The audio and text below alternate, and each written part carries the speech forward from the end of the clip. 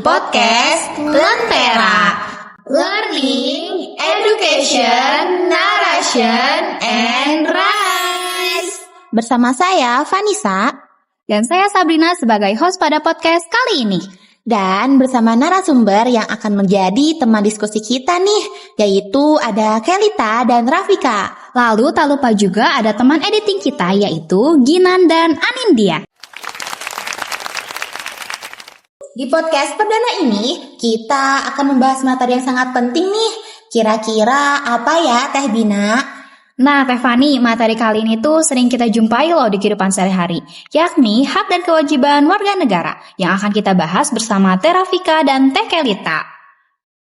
Halo Teh Rafika dan Teh Kelita. Bagaimana nih kabarnya hari ini, Teh? Alhamdulillah baik, senang sekali saya bisa ada di podcast ini. Baik Teh, senang sekali mendengarnya. Nah, langsung aja ke inti dari materi kita ya Teh. Menurut Teteh, hak dan kewajiban itu apa sih? Oke, jadi menurut saya pengertian hak ini adalah sesuatu yang diperoleh seseorang dengan syarat yang dimana syaratnya itu melaksanakan kewajiban. Nah, karena kewajiban adalah sesuatu yang harus kita lakukan sebagai warga negara dalam kehidupan bermasyarakat.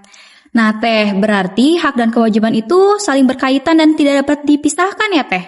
Biasanya di mana sih Teh kita bisa menerapkan hak dan kewajiban?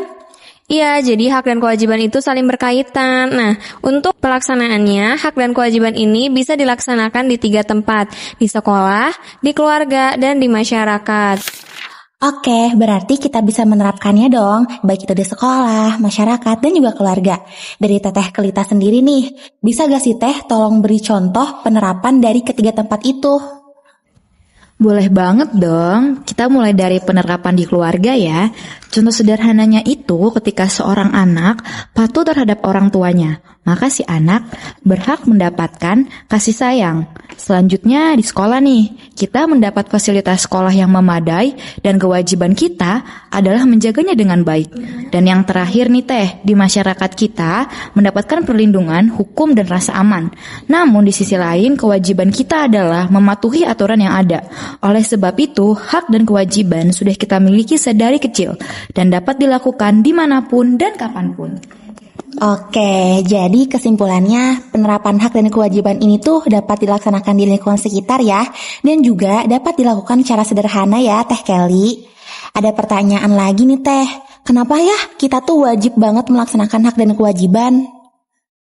Oke Teh Fani, jadi sebagai warga negara yang baik nih, pastinya dong kita wajib memenuhi dan melaksanakan hak dan kewajiban di setiap harinya, kapanpun dan dimanapun. Selain itu nih Teh, pelaksanaan hak dan kewajiban ini sangat penting agar tercipta kehidupan yang rukun, ketentraman, dan kenyamanan pada setiap masing-masing individu. Wah, ternyata alasannya cukup kompleks ya Teh.